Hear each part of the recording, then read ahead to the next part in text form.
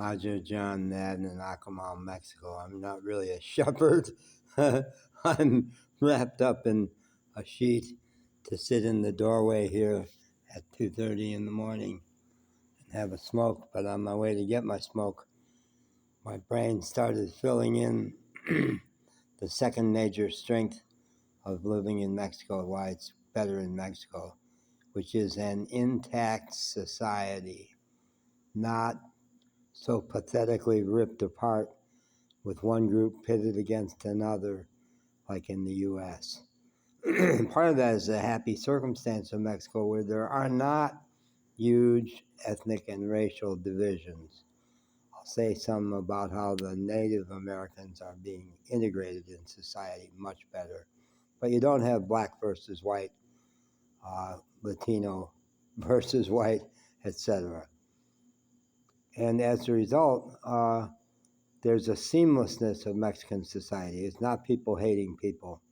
When I participated in the Morena parade in AMLO's party in Orizaba, that is the party of the working class, and they are in the ascendance right now. They've got the upper hand as opposed to the U.S. where the rich still hold all the reins and the big corporations.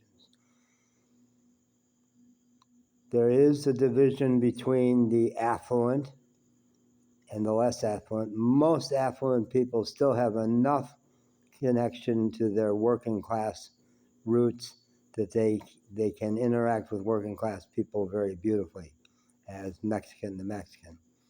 The place where that broke down is the suburb of Veracruz. To the south is Boca del Rio, where the affluent are disgustingly rich and they have lost their way.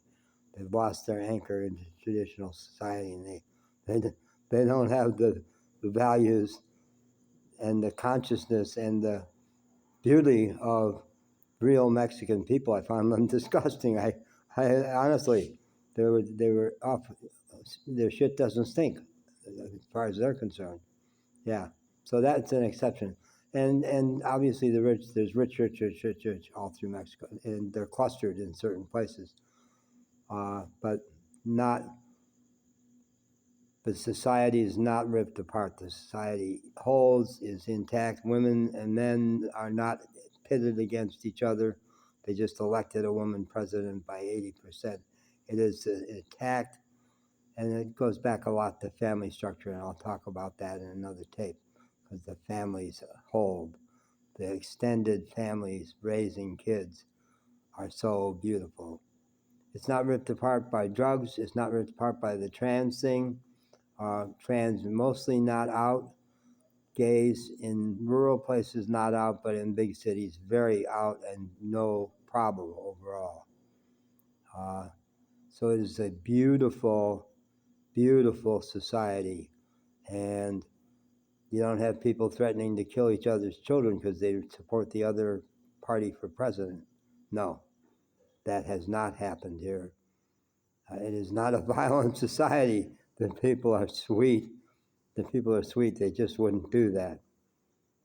And when I've seen a guy be really sexist, I knew right away that something bad happened in his family. He didn't get raised right.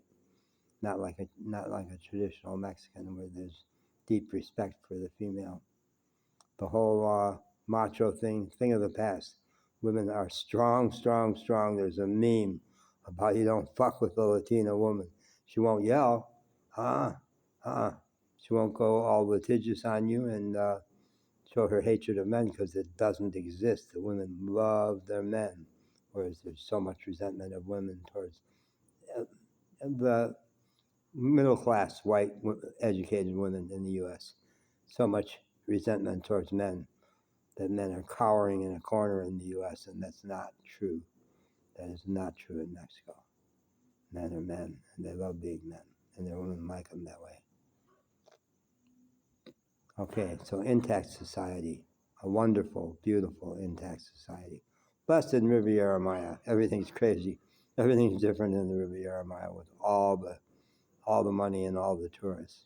It's different, but not in Acamal.